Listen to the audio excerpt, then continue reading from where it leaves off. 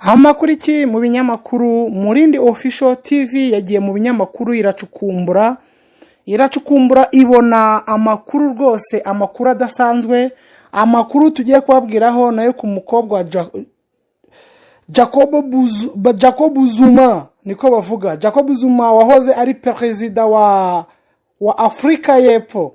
Ubu ngubu umukobwa wa Jacob Zuma, wahoze ari perezida wa Afrika Yepfo bita Muswati Zuma, ufite imyaka 21, agiye kuba umugore wa 16 w'umwami Muswati. Mu kiganiro cyashize nababwiye uburyo Muswati afite abagore 15, hakaba harimo ariko numwe wigize gupfa. Ubu ngubu noneho agiye kwisumbusha rwose uyu mukobwa w'imyaka 21 witwa Muswati Zuma. Uyu mukobwa rwose agiye gushakwa n'umwami Muswati rwose wa gatatu ufite imyaka 56. Uyu Muswati Zuma yerekanywe nk'umugore wa Muswati mu birori byabaye kuwa mbere tariki 2 Nzeri 2024. Byitabiriwe n'abagera ku bihumbi 5 barimo Ian Kama wigeze kuba perezida wa Botswana, n'umwami Misuzuru Kazweritini w'Abazuru wo muri Afrika Yepfo wari umushyitsi mukuru w'ibyo birori. Ibi birori kandi bya umuranga bimara iminsi 4 biba bigamije kwishimira no kwerekana uzaba umugore mushya w'umwami wa Eswatini. Iki gihugu rwose cya Eswatini cyahoze ari Swaziland gisigaye cyitwa Eswatini. Uyu mugabo rwose amaze guca agahigo k'umugabo muri Afrika ufite abagore benshi.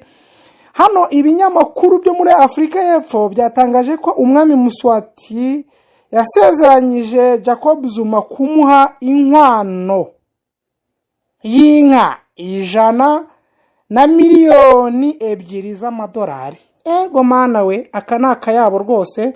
Hano urabona ndabereka amafoto, urabona uyu ni umusaza arakuze cyane rwose. Jacob Zuma arakuze, umukobwa we rwose agiye gushakwa n'umuperezida wa Eswatini. Ikinyamakuru Murindi Official cyarabesheje amaso hirya no hino, kirangaza amaso hirya hino, kitera amaso hirya no hino rwose, kireba mu binyamakuru, kirongera gitoza amakuru yo muri Uganda avuga ko Bobi Wine nk'umunyamuzika ukomeye cyane muri Uganda yarashwe akaguru. Impaka zikomeje kuba zose ku byatangajwe na Robert Kayigulanyi ariwe Bobi Wine utavuga rumwe n'ubutegetsi bwa Uganda, wavuze ko yarashwe. Aba bamwe bagaragaza ko ashobora kuba yabeshye bitewe n'imiterere y'igisebe afite. Ku mugoroba wo kuwa 2 tariki 4 Nzeri 2024 nibwo Bobi Wine n'ishyaka rye rya National Unity Platform batangaje ko hano rwose urabona, urebe iki gisebe rwose urabona ko rwose harimo ubona ari nk'igisebe gito rwose nkuko abantu babasha kubivuga. Uyu rwose bavuga ko ikinyamakuru cyavuze ko impaka zose zikomeje kuba ari nyinshi. Bobi Wine utavuga rumwe na Repubulika ya Repubulika ya Uganda wavuga ko yarashwe, aho bamwe bagaragaza ko ashobora kuba yabeshye bitewe n'imiterere y'igisebe afite. Ku mugoroba wo kuwa 2 tariki 4 Nzeri 2024 nibwo Bobi Wine n'ishyaka rye rya National Unity Platform batangaje ko yarashwe na polisi ya Uganda ku kaguru ubwo yari ari mu gace ka Burindo muri Kila.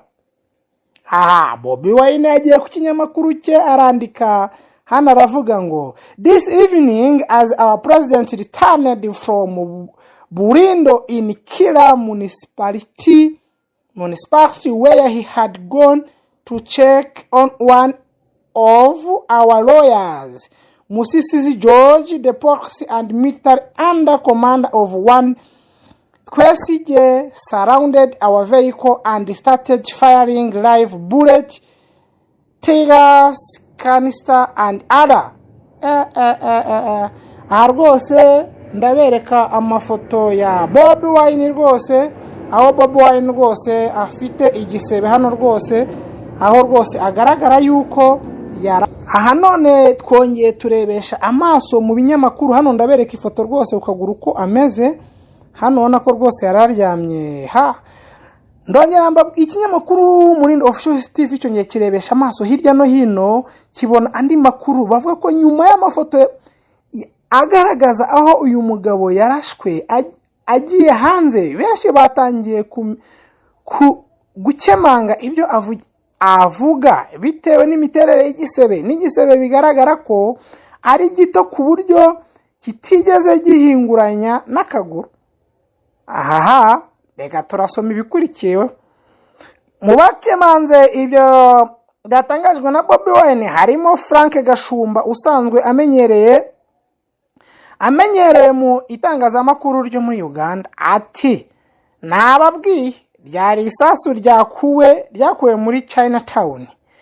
Bari bakomeje gusakuza ngo isasu ibi na biriya.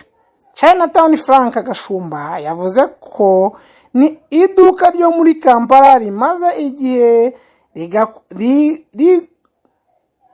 rigarukaho cyane ku mbuga nkoranyambaga kubera gucuruza ibintu bitarimo umwimerere. Polisi ya Uganda yatangaje ko uyu mugabo ibyo avuga byo kuraswa abeshye, kuko ahubwo ashobora kuba yakomeretse ubwo yageragezaga kwinjira mu modoka ye nyuma y'akavuyo yari yateje muri uwo mujyi wa Burindo. Polisi yakomeje ivuga ko yinjiye mu kibazo cy'uyu mugabo nyuma y'uko ageze muri aka gace. Bobi Wine rwose baragaragaza ko yarashwe, ariko urebye igisebe ubona ko rwose ari ibintu bitangaje. Mu makuru rwose ya saa moya turaza kubageza ahandi makuru yaranze politike hano mu Rwanda, Uganda, Congo. Ndaza kubabwiraho Congo rwose n'u Rwanda bamaze iminsi mu biganiro bya Angola, Rwanda, mu mujyi wa Rwanda, bavuga uku buryo rwose bagiye gufatikanya hamwe bakarandura uriya mutwe wa FDLR rwose ukomeje guteza umutekano muke hariya.